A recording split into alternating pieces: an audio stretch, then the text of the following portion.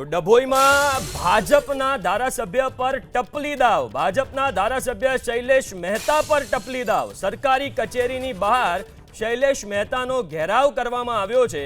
કોંગ્રેસના કાર્યકરોએ શૈલેષ મહેતાનો ટપલી દાવ કર્યા. દ્રશ્યો તમે સ્ક્રીન ઉપર જોઈ રહ્યા છો. અહીંયા મારામારી પણ થઈ રહી છે. કોંગ્રેસ ઉમેદવાર ફોર્મ પરત ખેંચતા સમયે બબાલ થઈ ધારાસભ્ય ત્યાં પહોંચ્યા હતા અને ત્યાં એમની જોડે રકઝક પણ થઈ છે, હાથાપાઈ પણ થઈ છે. આ દ્રશ્યોમાં સ્પષ્ટ એક્સક્લુઝિવ દ્રશ્યો તમે જોઈ શકો છો. ધારાસભ્ય પણ સુરક્ષિત નથી. કોંગ્રેસના ઉમેદવાર ફોર્મ પરત ખેંચવા જાય છે એ સમયે ધારાસભ્ય પણ ત્યાં ઉપસ્થિત હોય છે અને ધારાસભ્ય પણ સુરક્ષિત નથી. તમે જુઓ, ધારાસભ્ય પર પણ ટપલી દાવ થાય છે.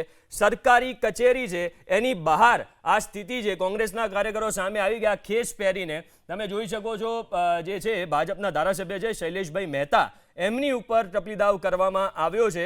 કોંગ્રેસના કાર્યકરોએ શૈલેષ મહેતાને ટપલી દાવ કર્યો હોવાનો દાવો કરવામાં આવ્યો છે. એટલું જ નહીં, સવાલ અહીંયા કાયદો વ્યવસ્થાની સ્થિતિ ઉપર થાય છે, કારણ કે આવી એક કચેરી નથી, અનેક કચેરી આ સ્થિતિ સર્જાઈ છે. આ એક્સક્લુઝિવ દ્રશ્યો તમે જોઈ શકો છો. સ્પષ્ટ દેખાય છે કે ધારાસભ્ય, એમએલએ એ જે ગુજરાત સરકારનો ભાગ છે એ પણ સુરક્ષિત નથી. એમની પર પણ હુમલો થાય છે. તો આમાં પેલા જિલ્લા તાલુકા પંચાયતના ઉમેદવારોની તો શું હાલત થાય એ સમજી શકાય છે. અને એમાંય કાર્યકરો એકબીજાની સામે આવે એટલે કેવી સ્થિતિ થાય છે. વડોદરામાં જોયું આપણે કેવા કપડાં ફાડી નાખવામાં આવ્યા. અહીંયા ધારાસભ્ય પર હુમલો કરવામાં આવે છે. કાયદો વ્યવસ્થાની સ્થિતિ શું છે, ચૂંટણી પંચ ક્યાં છે, આ તમામ સવાલ અહીંયા થઈ રહ્યા છે અને એ પણ સરકારી કચેરીની બહાર. શું થયું હતું અને શું સમગ્ર મેટર બની હતી? કુંડેલા અને લિંગસ્થળી એ બે તાલુકા પંચાયતની બેઠકના કોંગ્રેસ પક્ષના ઉમેદવારો ગઈકાલથી અમારા સંપર્કમાં હતા. આજે એ લોકોએ પોતાનું ફોર્મ સ્વૈચ્છિક રીતે પાછું ખેંચ્યું છે.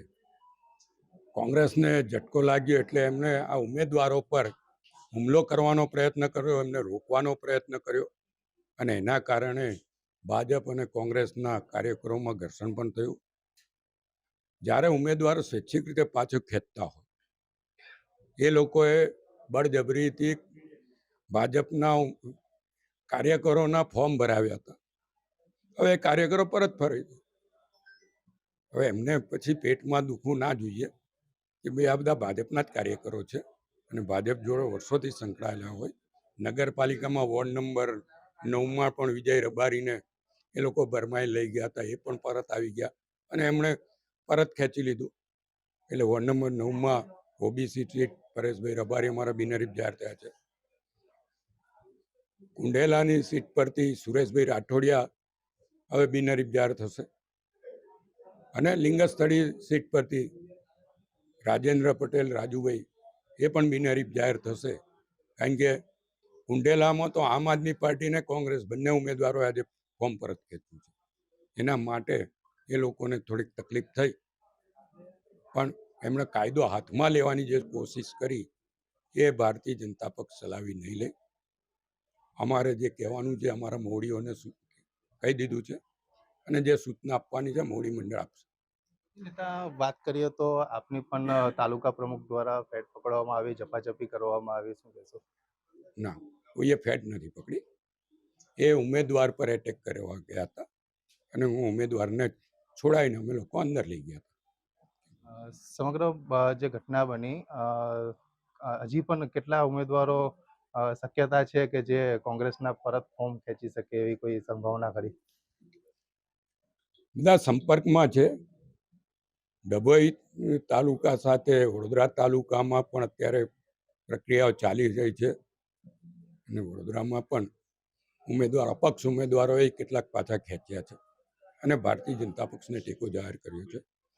નગરપાલિકામાં પણ અપક્ષ ઉમેદવારોએ ફોર્મો પાછા ખેંચીને ભાજપને ટેકો જાહેર કરી રહ્યા છે અને જિલ્લા પંચાયતમાં પણ અપક્ષ ઉમેદવારો ટેકો પાછો ખેંચી ભાજપને ટેકો જાહેર કરી રહ્યા છે. છેલ્લો સવાલ, આજે સમગ્ર ઘટના બની અને લઈને આપ કોંગ્રેસ પાર્ટીના જે કાર્યકર્તાઓ છે તેમના વિરુદ્ધ કોઈ પોલીસ ફરિયાદ દાખલ કરવાના હોય એવું કોઈ ભારતીય જનતા પાર્ટી તરફથી? પોલીસ ત્યાં હાજર હતી. પોલીસે જોયું છે, કેમેરા લાગેલા છે. જે કોઈ એમાં કસૂરવાર હશે એમાં પોલીસ પોતાની રીતે એક્શન લેશે. કાયદો કાયદાનું કામ કરશે.